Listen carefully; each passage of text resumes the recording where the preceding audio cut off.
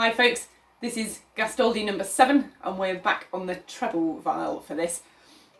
I think this one's got a bit of life, a bit of spring in it. I'm going to start it at the tip. I'm going to start with slightly lifted crotchets. Let's just play the beginning and see what we think.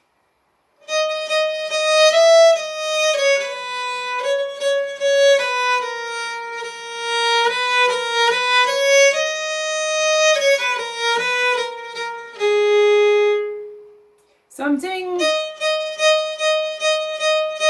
just not smooth, slightly lifted, and I'm doing it by using the middle finger on my bowing hand and just giving the hair a little bit of a ping, a little bit of a kick at the beginning. So if you do it too much, it'll tell you and you'll get that horrible crunch. If you stop the bow, you get a really dead note. So you have to just ping it at the very beginning, but then keep the bow moving.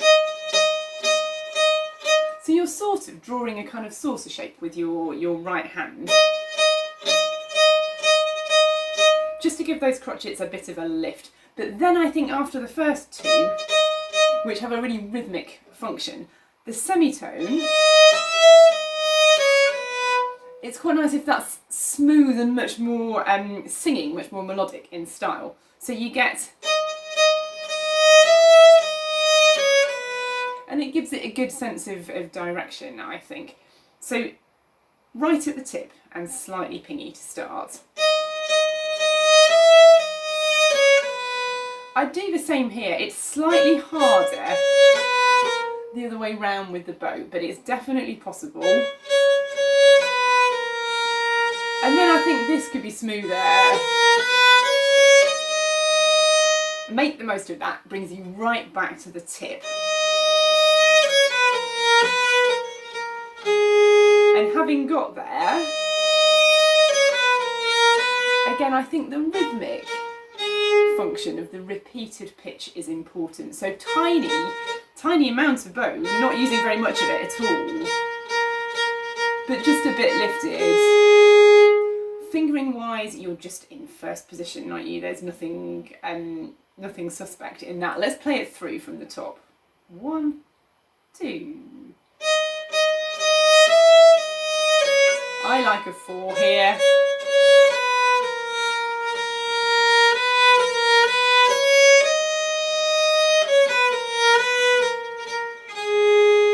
Actually, one other fingering thing in bar 6.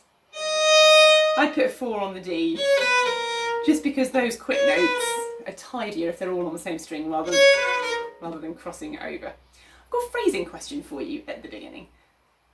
Does this thing go in 2-bar sets? So here's the opening statement, and then here's an answering 2-bar phrase, and then here's a 4-bar.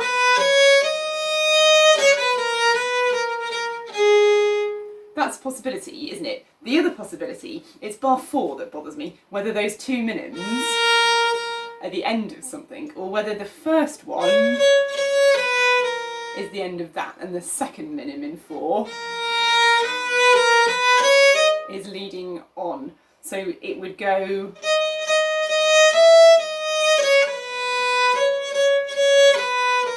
That is the first statement, and then this one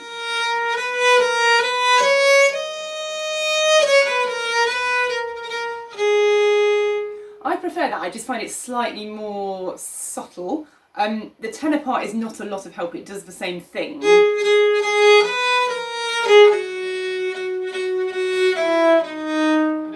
That could be the end, couldn't it? Or it could be the beginning.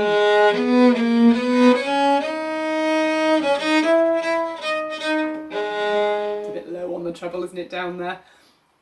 Play about with it and see what you think. I like the idea of 3.5 bars and then using the second half of bar 4 as an upbeat into the next bit. So the reason it's important is because it really affects the way you play those 2 minims. If you play it as an ending, starting in bar 3, I think the minims need to be really connected and really strong, weak in sense of feel. But if the first one is the end, I'd put much less in it, and then this one joins into the next bar. So it completely changes the way you shape those two notes that look identical to each other according to what phrasing you decide. I'm going to go with the idea that the first one is the end of the first phrase and the second one is an upbeat. So we'll just put a little breath in the middle of that bar. This is the top coming up. It's worth thinking about because it comes up several times during the rest of the piece. So it's good to have made our decision now, and we'll just stick to it as we go through. So from the top then, 1, 2.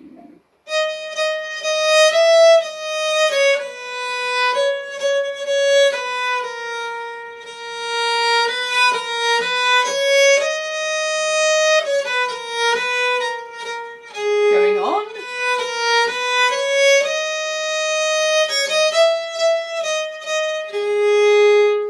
I would bow this straight through. So we arrived on a forward bow at the start of bar 8. We're going to carry on a back on the crotchets and enjoy the fact that that gets us to the tip, and we can bounce those again. It could go, couldn't it? It could be 2 minims. So I think there's a rhythmic point to be made from the fact that he writes crotchets. Let's go from the middle of 8. The middle of 8, it's going to be a back bow. And 1.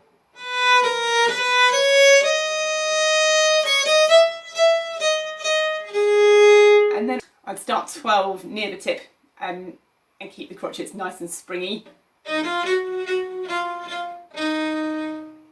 And then I'd start on a forward bow again, because this is the same theme we had at the beginning, and I think we should just have the same shape to it. So 2 bouncy crotchets. Make the most of a semitone. Lift these a bit. First one is the end, the second minim.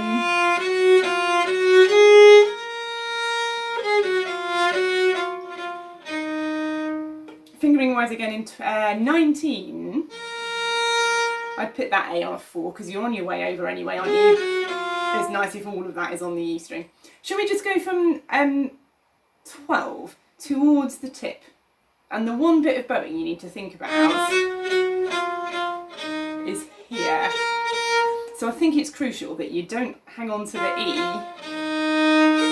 in 13 for its full value. It's an ending note. The tenor part is getting going anyway, so you can slightly throw that note away and get yourself ready to play 14. This is 12 coming up. And 1. Forward.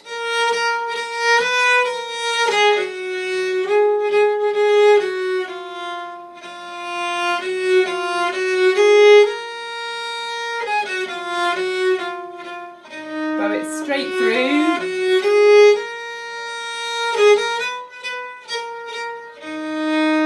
It's just exactly the same phrase we had at the beginning, isn't it? With the same fingering and the same bowing rather, and the same kind of shape.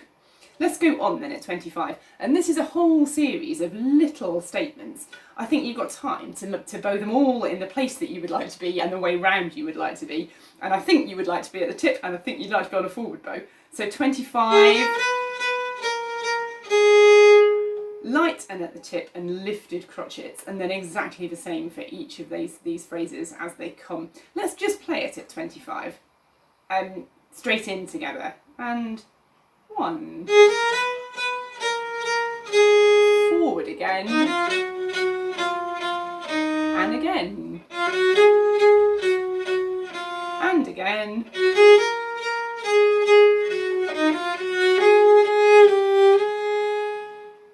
Works out quite nicely, doesn't it? You need to decide about open strings versus fourth fingers in 33. Maybe an open string for the first couple, and then a 4 for the resolution, or I think, to be honest, I would cover all of them. That's just a matter of personal taste, I think. 25 again then. 25 again. And 1. Forward. Forward again.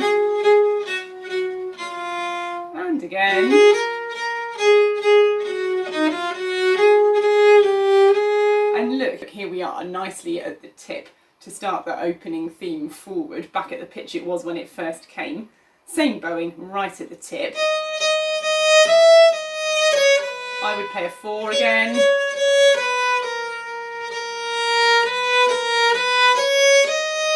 Four again here for the quaver. And now I would restart. I wouldn't do a massive retake. I wouldn't. It's just a bit like Marais, isn't it? If you do that,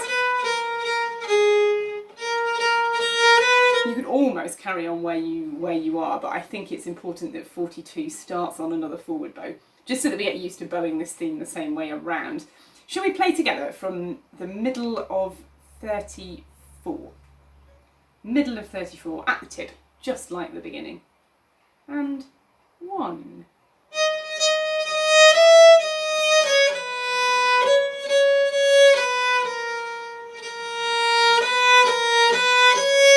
Fourth finger. Forward bow.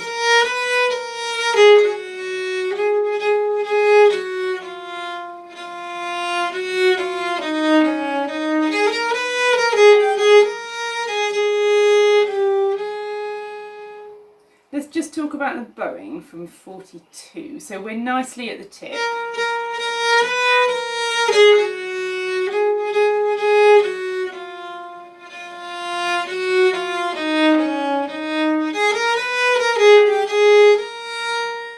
This is risky, isn't it? Of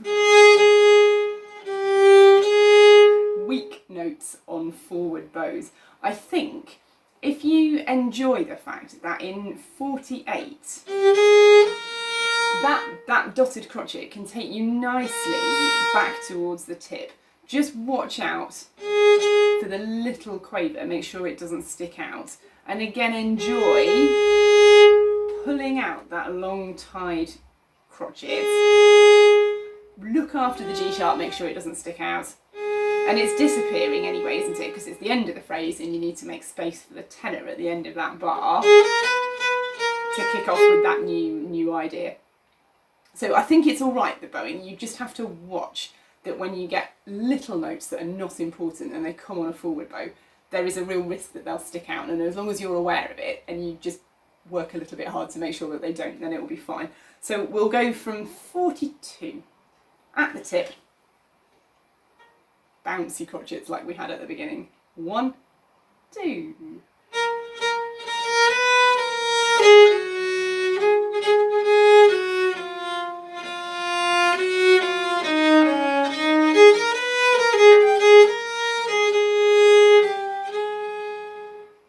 Going on then, here we are again with this little theme we've had before. We're going to be at the tip, forward bow, make the crotchets bounce a bit. Another forward bow, and another one. You get the idea. And one last time. And again.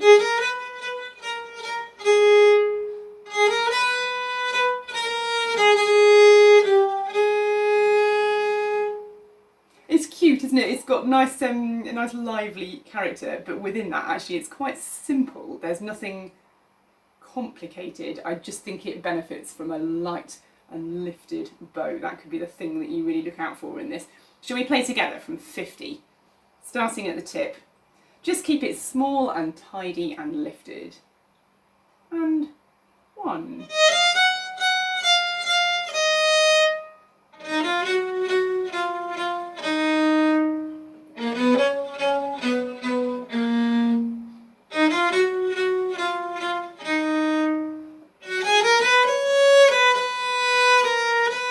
Just stop there a second. Do you want top string maybe in 58? I didn't. Depends a bit on the difference in quality between your stopped D on the A string and how bright your top string is. Just try both and decide which one you like. Don't decide, I don't want to play a 4 because 4 is difficult. Decide based on the quality of the sound And if you prefer the sound of the 4 when you hit it, practice it so that you hit it every time, if that's the sound quality that you prefer. I quite like the consistency of keeping it on the same string rather than that sticking out, but it's again, it's a matter of personal taste. You are allowed to choose. This is 50, what is it, 58. Let's give it a go and we'll aim to get to the end this time. And 1. Tip.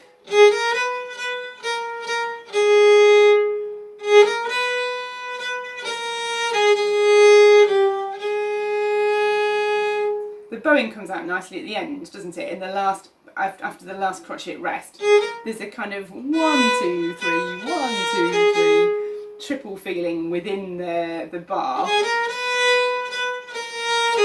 Just really lighten the crotchet so there's plenty of weight in the minim and the crotchet is nothing. And I think I would finish on a stopped A.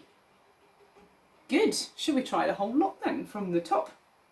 Tip of the bow, nice and light. I'll count you in. 1, 2.